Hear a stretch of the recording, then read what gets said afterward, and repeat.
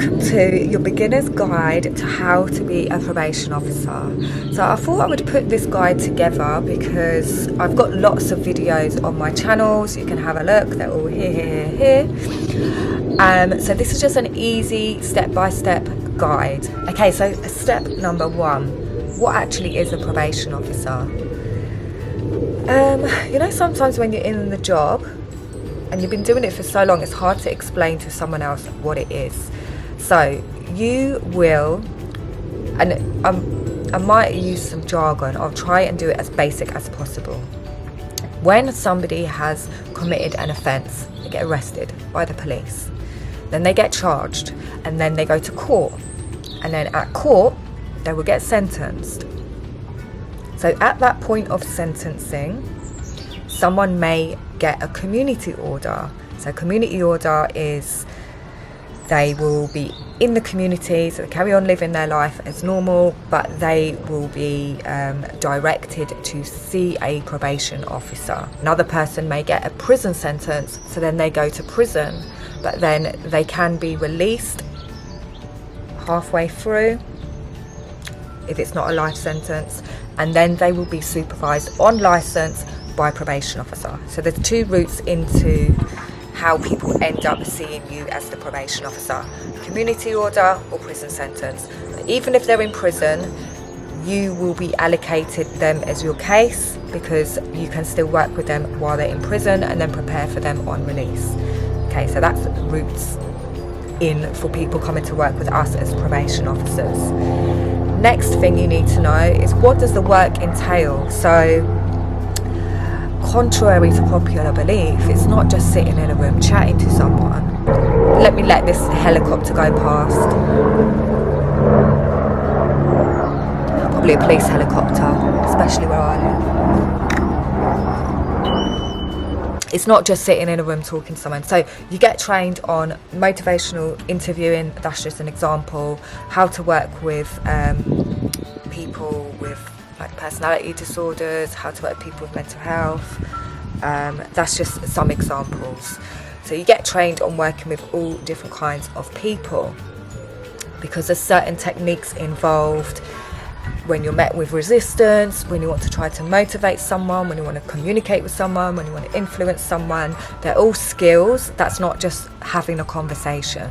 There's always an aim to the conversation. Obviously you want to reduce reoffending, that's the long overarching aim, but each individual person will have their aim. So their aim might be to get a job, their aim might be to go on a training program, or to not offend within a year, or to reduce their alcohol. And you've got to be realistic when setting goals. So we learn all about that. So a lot of it is about goal setting and helping someone reach their goal. The end goal isn't always stop offending. There's many steps in between, depending on that individual person and their circumstances.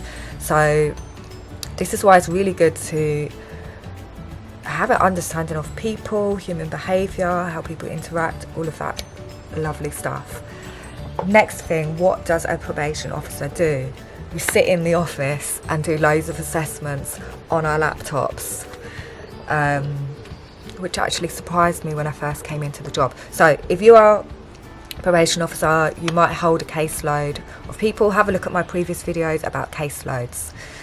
And then you will be writing assessments about that person in accordance with their sentence plan. So a sentence plan is just a plan that you have set during their sentence, so that you've got a goal, a bit like a lesson plan if you're at school, if you're a teacher, a bit like, it's just like a roadmap, so that there's some guidance that you're actually working towards something, and you've got things to measure things by. They are long assessments, but it's just part of the job. I've explained that in detail in other videos. So you'll write assessments. Sometimes you may do like reports for the court, but there is a separate role on that. You'll have meetings with other agencies, because you're not just working in isolation. You might have meetings with social services, different agencies, the police, and things like that. So that just gives you a real basic overview without getting too much stuck into it. So step 2 in this guide, so now you know what a probation officer does and how people get on probation. Oh yeah, by the way, if they're in prison and on a prison license, you still would do the same thing. Also, for both sets of people, you can refer them to probation programs. So there's a job as probation program facilitator. You can have a look at that job if you're interested. They deliver certain programs like anger or women's programs, thinking skills programs. Then we have drug and alcohol teams, so they are separate and we can refer them there for that specific help. Then there's unpaid work teams if they're doing unpaid work. There is even a team that monitors and manages the curfews. So lots of like different areas that you'll be interacting with. Some of you are support workers or housing officers, so you'll get it's a similar kind of idea. Okay, next in my guide for how to be a probation officer. There's 2 routes in. PSO, Probation Service Officer, which is you're essentially doing the same job. You're still doing everything that I talked about, but you're working with medium and low risk cases. A probation officer, you will hold a high risk caseload, so a bit more complex. Not even, you'll still get complex cases as a probation service officer, they're just not high risk. So the way in to be probation service officer, just in brief, because I've gone into it in other details, is you just have a look on HMPPS website and you can apply for jobs and it tells you what experience is required, and I've explained this in other videos, but just briefly, any life experience or any experience working with people. To be a probation officer, you need specific qualifications. You need a level 5 qualification. I've gone through this in detail in my previous video too, but level 5 qualification is what you need, which is the equivalent to a foundation degree. There's 2 routes. You can go on a 21-month route or 15-month route. I keep repeating this, but it's all explained in much more detail. If you go on the 15-month route, that means that you have it's a much shorter route in.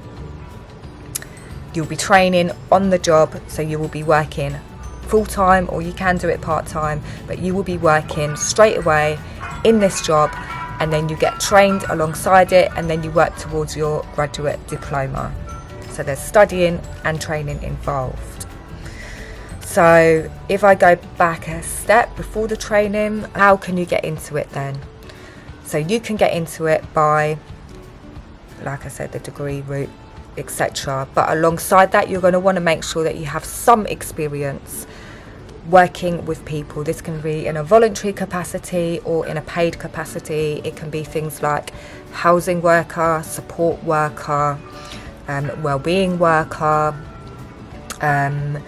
even just engaging in voluntary stuff, voluntary work. So prison listener, prison reader. It doesn't even have to be directly related to prison or probation. I've gone into it in specific detail, so have a look back through my back catalogue of videos.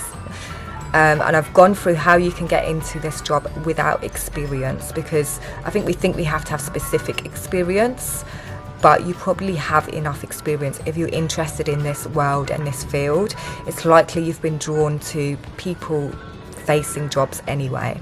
Next thing in this guide is to get yourself on the Train to Be a Probation Officer website. It's the HMPPS one, it's got nothing to do with me, but register your interest so you know when they're coming up, and then you'll get an email to say all the PQIPs opening up. In my experience, they've normally opened up about 3 times a year. The last one was in March, so I anticipate one coming up very, very soon. Hint, hint, hint. Well, it depends when you're watching this. So once you know that the applications has open, don't panic, you can do it. Go through the process. At the moment in 2023, it is written application form, which is competency based. I've explained that in other videos. I want to keep this one brief. Competency based, and then you will be invited, if successful, to the assessment centre, where there will be a written part, a role play, and a one-to-one interview. like I said, I'm doing this video in 2023. It might change a little bit, but that's been the general process for the last like good couple of years.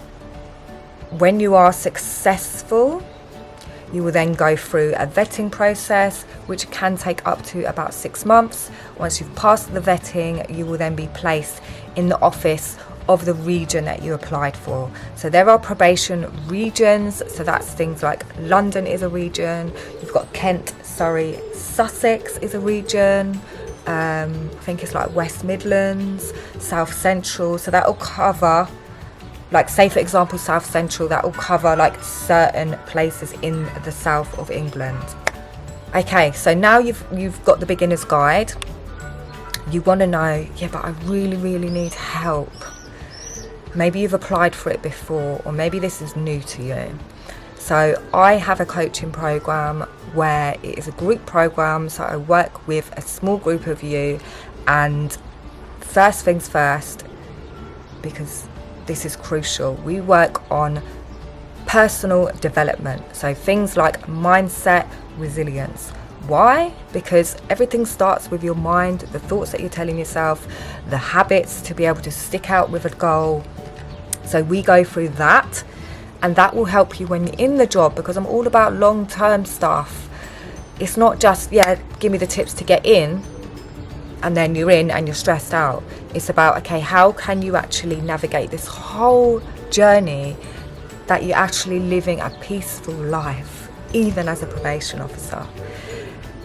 Then we go through the exact skills and techniques that you know. You probably have the skills already, but it's about tweaking those to make sure that you don't have to keep going through this process again and again. And then we go through obviously one-to-one interview skills. And I've got a bonus in there, public speaking workshop, because as a probation officer, you do a lot of public speaking. And some of you may feel unprepared for this, and it's not given as a part of the training. So if you want to be part of this community, have a look at the links in the description.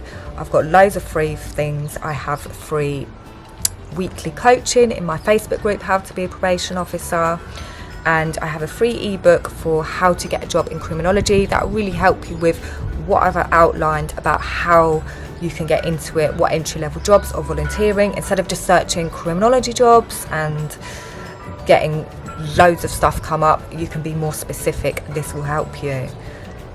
So that's your guide. Share this guide. Hope this guide helped, and subscribe as usual. Subscribe, and I never know how to end these videos, so I'm just going to say bye and thank you so much for watching.